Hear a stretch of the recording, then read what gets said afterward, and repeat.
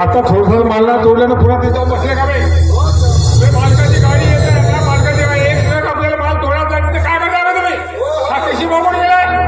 चला बाजून जा तिथे सगळ्या झाड्यात नाही तर पूर्ण कचरा करा चलो का चला आता मालकाची गाडी आहे बरं अबे वो क्या टाइम पास चल रहा है चलो जल्दी जल्दी उठो और लकड़ा तोड़ो आधे घंटे के अंदर अंदर एक ट्रक भर के होनी चाहिए लगो काम पे स्टेशन वाले सगळे आम्ही मिलिट कोण गेला त्याला बोलवा मी रस्त्याला 5 लाख कोणी येईल तुम्हाला काल माझ्या अजयने मला पुस्तक घेण्यासाठी 300 रुपये मागितले पण माझ्याकडे पैसे नसल्यामुळे मी माझ्या अजयला पैसे देऊ शकलो नाही तो नाराज झाला असेल तो आता हे पैसे देऊन त्याची नाराजगी दूर केली पाहिजे एकदा का माझा अजय छोट्या मोठ्या नोकरीला लागला ना तर मला याची कामं करण्याची काही गरज पडणार नाही घराकडे गेलं पाहिजे आपण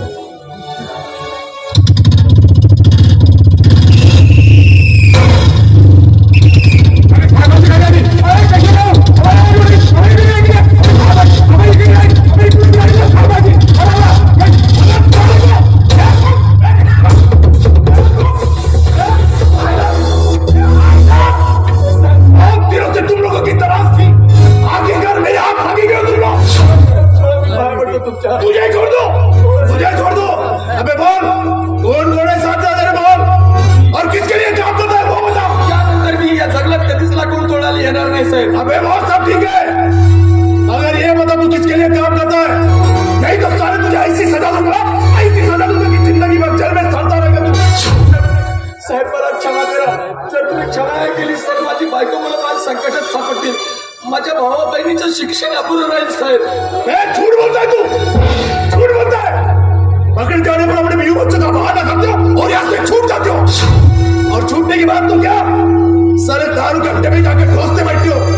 यही तुम्हारी आदत है यही देखते आ रहा हूं मैं आज तक नाही साहेब मी आजपर्यंत कुठल्याच दारूचा वास घेतला नाही कुठल्या जुगाराच्या बाजारात जाऊन बसलो नाही साहेब जी काही कमाई करतो ती माझ्या परिवारावर खर्च माझ्या भावा बहिणीच्या शिक्षणावर खर्च करतो साहेब जर माझं खोटं वाटत असेल बोललं तर तुम्ही माझ्या घरापर्यंत चला साहेब म्हणजे सगळी माझी घरची परिस्थिती समजून येईल तुम्हाला ठीक है अरे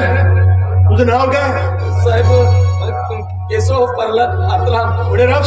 ते चातगाव नरोटी हे बघ केशव तुला तुझ्या कुटुंबाची जबाबदारी पार पडायची आणि मला माझ्या देशाची मला तुझ्या माझ्या कुटुंबापासून पेक्षा माझ्या देशाची निष्ठा महत्वाची वाटते साहेब तुमच्या देशाप्रती असलेल्या निष्ठेने आमच्यासारख्या गरीबाचे बोट मारत नसतात या बोटाची आग त्या वित्साच्या आगीपेक्षा किती वेदना नाही आणि भयंकर आहे हे सांगण्यात जवळून आम्ही बोलतो केशव मला तुझ्या भावना करतात पण मी तरी काय करू माझे हात कायद्याने बांधलेले तुला जे काही बोलायचं जे काही घराणे म्हणायचे ते इथे नाही कोर्टात चल साहेब कोर्टाची पायरी चढवू नका साहेब आजपर्यंत मी कोर्टाची पायरी चढलो नाही आणि जर का मला कोर्टाची पायरी चढवण्यास भाग पडलेला साहेब तर या समाजात माझी कवरेची इज्जत राहणार नाही केशव मला तुझ्या भावना करतात पण मी तरी काय करू मी तुझ्याप्रमाणेच माणूस आहे मला सुद्धा मान आहे भावना एवढंच नव्हे तर मला सुद्धा तुझ्याप्रमाणे बायको मुलं होती संसार होता पण ते मात्र काळाला मान्य नव्हतं काळाला मान्य नव्हतं म्हणजे काय झालं साहेब बोला साहेब काय झालं तुझ्या बायको मुलांना अरे असाच मी 1 लाकडाने भरलेला ट्रक पकडला आणि तो ट्रक सोडून द्यावा म्हणून माझ्यावर वरिष्ठाची कित्येक दबावाले पण मी मात्र कुठला दबावाला बळी पडलो नाही त्याचे इतके भयंकर परिणाम झाले इतके भयंकर परिणाम झाले की कुणीतरी अज्ञात व्यक्तीनेच माझ्या बायको मुलांना मारून टाकलं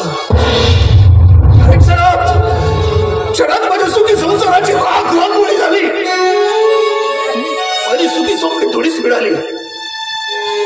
आणि तशाही परिस्थितीत मात्र मी स्वतःला डगमगू दिला नाही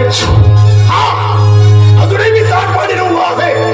ते फक्त माझ्या देशा खातर माझ्या कर्तव्य खातर साहेब त्या दोन्ही माणसाचा शोध नाही घेतला का घेतलाय त्याचा शोध पण सारा त्याच्या विरोधात कोणी साक्ष द्यायला तयार होत नाही जर का कोणी त्याच्या विरोधात साक्ष दिली असती ना तर त्या साल्याला मी केव्हाचाच फासा मारायचा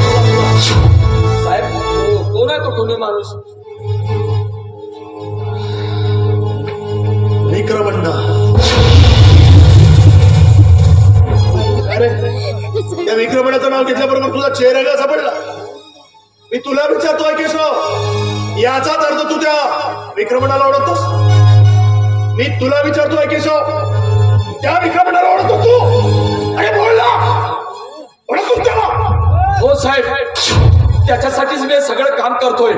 पण तो इतका जुलमी आणि हरामी माणूस आहे की एखाद्याला संपवण्याचा विचार त्याच्या मनात जरी आला ना तर त्याला संपवल्याशिवाय त्या विक्रमणाला शाहीनच पडत नाही. अरे मग तुम्ही त्याच्या विरोधात का जात नाही?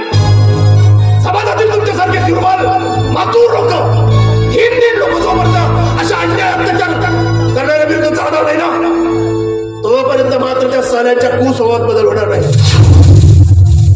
हे बघ केशव, मी तुला शब्द देतो, या लाकूड तस्करीचा खरा मालक तो विक्रमण्णा आहे. माझ्या बाजूने जर सांगशील, तुझ्या केसाला धक्का लागू देणार नाही. हे बघ, फक्त तुला कोर्टामध्ये यायचं आहे आणि माझ्या बाजूने साक्ष द्यायची आहे की या लाकूड तस्करीचा खरा मालक तो विक्रमण्णा आहे. माझ्या बाजूने बोलशील तू, देशी साक्ष कोर्टात. अरे मी सांगितलं मी तुला, तुझ्या केसालाही धक्का लागू देणार नाही. बोल, आहे तुझी तयारी? ठीक आहे साहेब, आहे मी तयार. शाबाश केशव, शाबाश. मग मला सांग, आज तो कुठल्या मार्गाने लाकूड तस्करी करणार आहे? कुठल्या मार्गाने त्याचा ट्रक जाणार आहे? साहेब,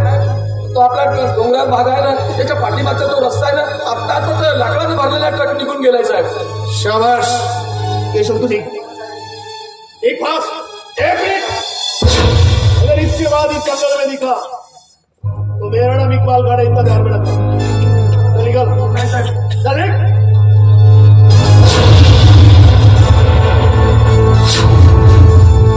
विक्रमण्णा, आज मैं देखता हूं तू कहां छुप सकता है. तो क्या गुना था मेरा, क्या गुना था मेरा करके तूने इतनी बड़ी सजा दी मुझे, वो भी मेरे बीवी बच्चों को मारकर मुझे अकेला जीने पर मजबूर कर दिया. मगर आज नहीं विक्रमण्णा, तू जहां भी छुप सकता है वो आज छुप. क्या गुना था मेरा, क्या गुना किया था? मैं अपने देश के साथ गद्दारी नहीं किया, ये मेरा गुना था. आज तक मैंने अपनी ड्यूटी ईमानदारी से नहीं बजाया, ये मेरा गुना था.